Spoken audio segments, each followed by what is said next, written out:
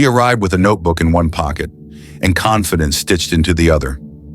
Her name was Amira Jackson, 22 years old, born and raised in a quiet southern town that rarely made the news, except for that night. Amira wasn't famous, not yet, but around here everybody knew who she was. The girl with the rhyme schemes, the cadence, the command of a crowd. Freestyling wasn't a hobby for her. It was survival. She grew up in a world where her voice was constantly challenged, so she learned to sharpen it, and now she used it to silence every room she entered. The underground rap scene wasn't glamorous. Backyards, abandoned warehouses, makeshift clubs with busted speakers and concrete floors. But to them, it was sacred. It was war, with rhythm. That night, the crowd packed into a repurposed auto garage, sweat dripping off pipes, bass rattling the walls, no fancy stage, no security, just raw energy. Everyone was watching. The event had no rules. One mic, one beat. Winner takes respect. Loser swallows it. Amira stood on the left, bouncing on her toes. Three men stood opposite. Locals, older, bigger, known for aggressive lines and short tempers. They called themselves the Firehouse. Nobody really liked them, but most avoided conflict. This was supposed to be friendly, but from the moment Amira opened her mouth, it wasn't. Her flow was quick, precise, controlled. Each line landed like a jab. Then came the haymaker, a rhyme that exposed one of the men for plagiarizing bars from a YouTube rapper. The crowd erupted. The first man, Darren, tried to fire back, but his voice cracked. The second, Royce, stumbled on his third line. The third, Tyler, stared at her, tight-jawed, then lowered the mic. The round was over. No vote needed. The winner was clear. Amira stepped back, head high. She didn't gloat. She didn't need to, but the camera caught it. That 1 second smirk. Pride, rightfully earned. Behind her, you could see the men walking off. No handshake, no dab, just silence. And something else. Tyler's eyes locked on her the entire time. Jaw clenched, not blinking. A friend tried to joke it off. "Y'all got cooked by a girl, man." They didn't laugh. Someone turned the music back up. The next group was already getting ready. And Amira? She melted into the crowd, hugged a few people, took a few photos. Her energy softened, her guard dropped.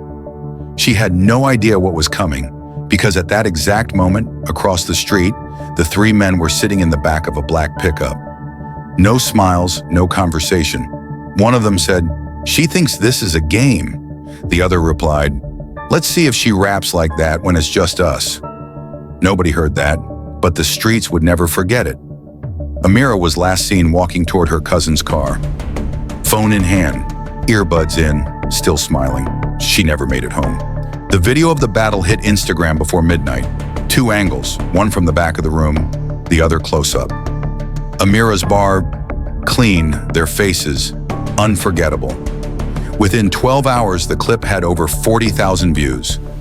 By the next day, it was the talk of the town. People laughed, memes were made, comments filled with flame emojis and she ate captions, but not everyone was laughing.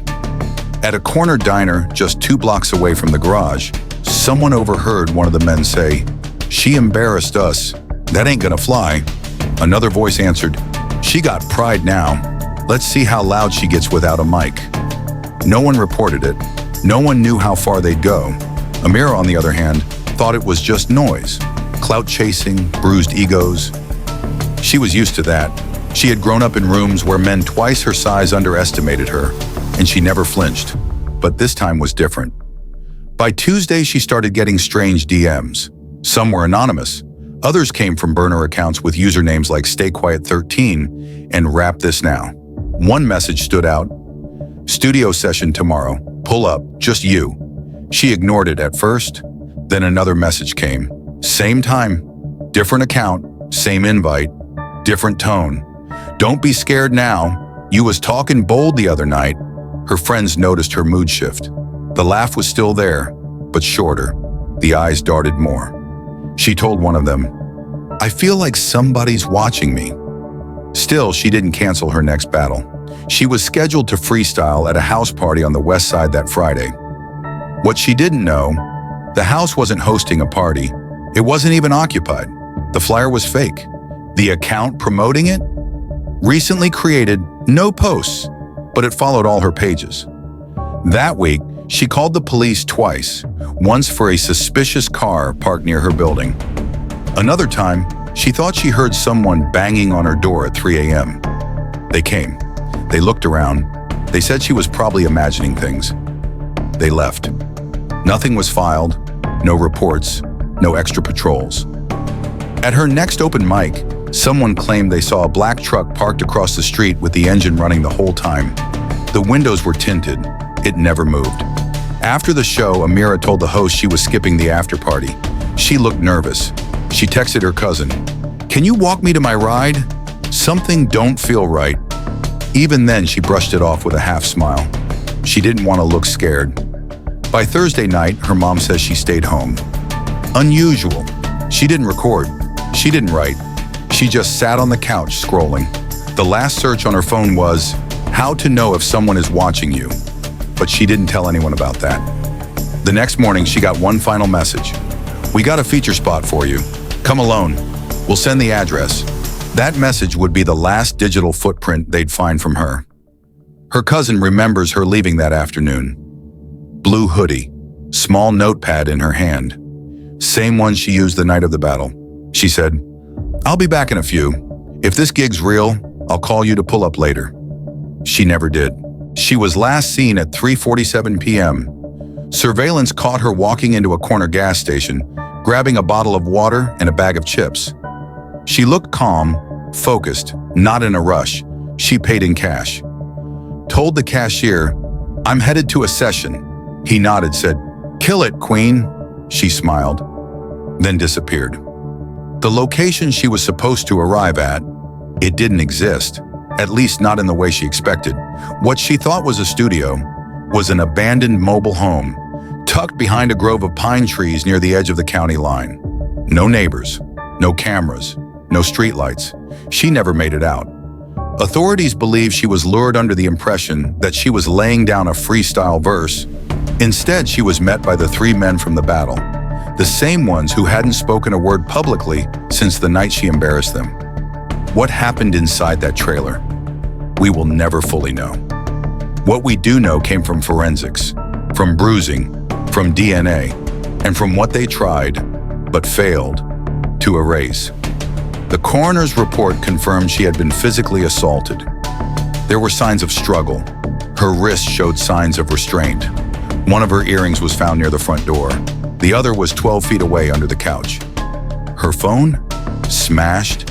SIM card removed. They shot her once, execution style, behind the ear. No hesitation, no chance to run.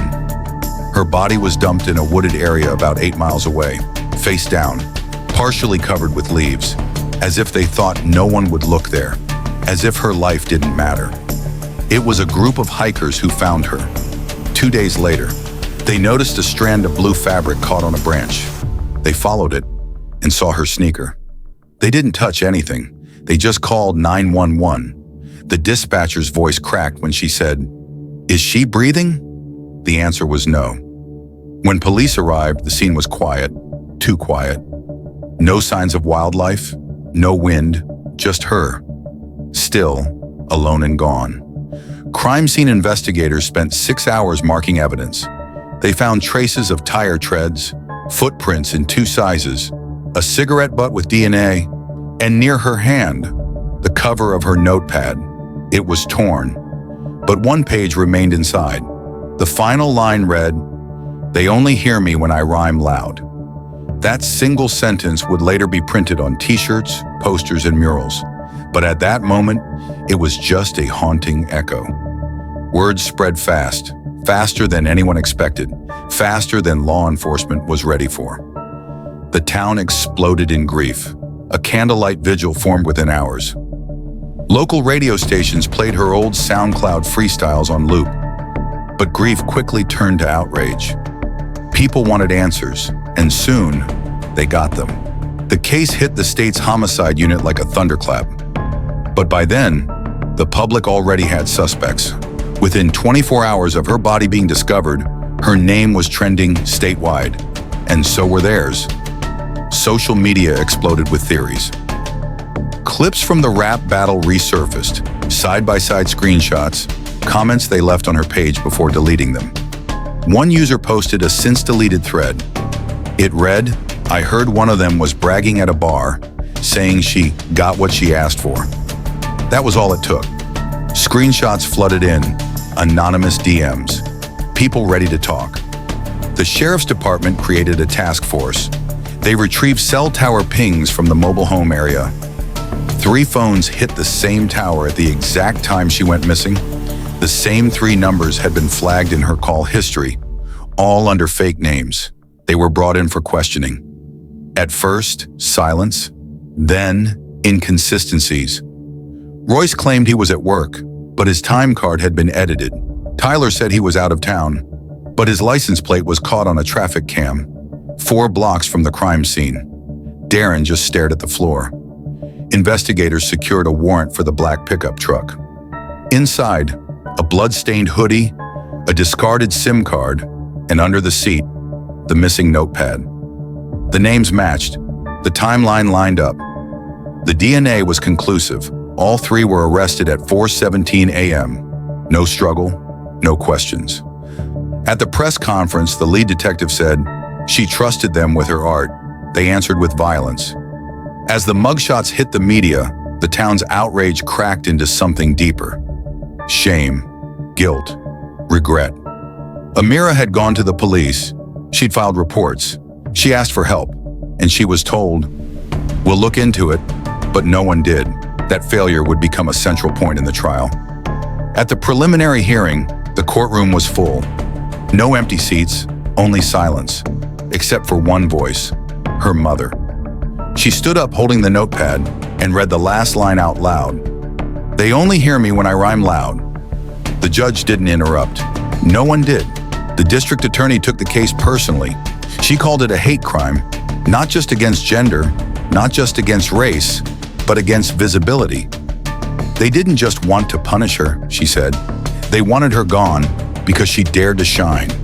In court documents, one of the men admitted they had planned the meeting, planned the messages, planned the location. When asked why they did it, he said, "She embarrassed us. She had to be reminded who runs things."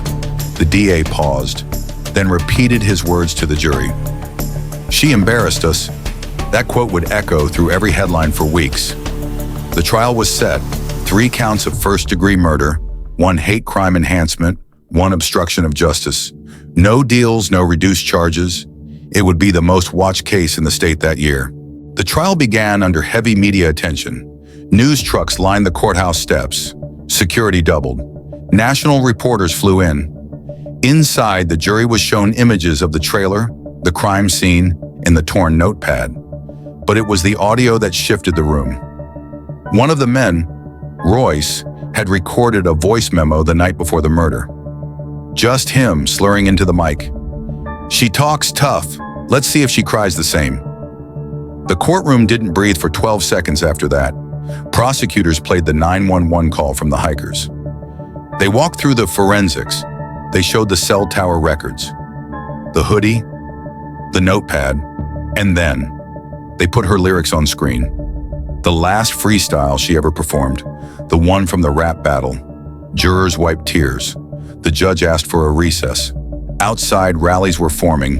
One sign read, "Protect Black women. Don't just mourn them." Another, "Freestyling shouldn't cost your life." The defense tried to claim there was no premeditation, that it was a confrontation gone wrong, but the timeline said otherwise. The burner accounts, the bait messages, the fake flyer, the tracking of her phone location, all of it planned.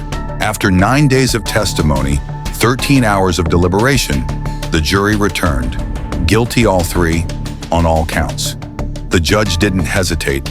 3 life sentences without parole, plus 25 years for kidnapping and conspiracy. There was no reaction from the defendants. No tears, no apologies. Just eyes fixed on the table. Amira's mother stood as the verdict was read. She clutched her daughter's old notebook. Outside the courtroom, reporters rushed her for a comment. She said one sentence: "My baby was silenced, but now the world is listening." A week later, the state passed a resolution recognizing her case as a turning point in gendered hate crime prosecution. Lawmakers proposed Amira's Act, aimed at protecting performers and creators from digital harassment and luring threats. A memorial fund was launched in her name. It raised over $300,000 in its first month. The money now funds self-defense classes, legal aid for at-risk artists, and studio grants for women of color. Her final freestyle, the one that ended the battle, was posted to YouTube. It crossed 1 million views in 48 hours. Clips from the trial were shared across TikTok, Instagram, Twitter. She became a symbol, a reminder, not just of talent, but of what happens when warnings are ignored, when hate is unchecked, when we hear the scream too late. After the trial, the headlines faded, but the conversations didn't. Amira's story traveled far beyond the borders of her small southern town. It became part of a larger movement, one that questioned everything. Why does it take tragedy for systems to respond? Why are Black women believed last and protected least? Across campuses, her name was echoed in poetry nights and teach-ins. At rap battles across the country, her picture was posted beside the mic. Let her voice be the warning. Artists began wearing blue hoodies in her honor. It wasn't a fashion statement, it was a vow. A nonprofit formed, led by survivors, activists, and fellow performers. Their mission: protect creatives from digital threats, stalking, and hate-driven violence. They called it Voice Unbroken. The organization now provides 24/7 digital risk assessments for female artists. They help file police reports, flag burner accounts, and train artists to recognize grooming disguised as opportunity. Local lawmakers push the state to adopt hate crime protections specific to creative spaces. For the first time, luring someone under false performance pretense became a felony. A documentary premiered at Sundance. It wasn't flashy, no reenactments, just her words, her music, her mother's voice. It was called The Last Rhyme. It went viral, not because it shocked people, but because it made them feel what they'd been ignoring. Some cities renamed streets near old rap venues after her. Others painted murals of her face, one hand holding a mic, the other holding her notepad. The same torn notepad found at the scene, it's now on display in a glass case at the Cultural Arts Center in her hometown. The page inside reads, "They only hear me when I rhyme loud." Those words became more than lyrics. They became a promise, a reminder that her story wasn't just about violence, it was about everything that came before it, every ignored threat, every overlooked warning, every moment a voice was silenced for being bold.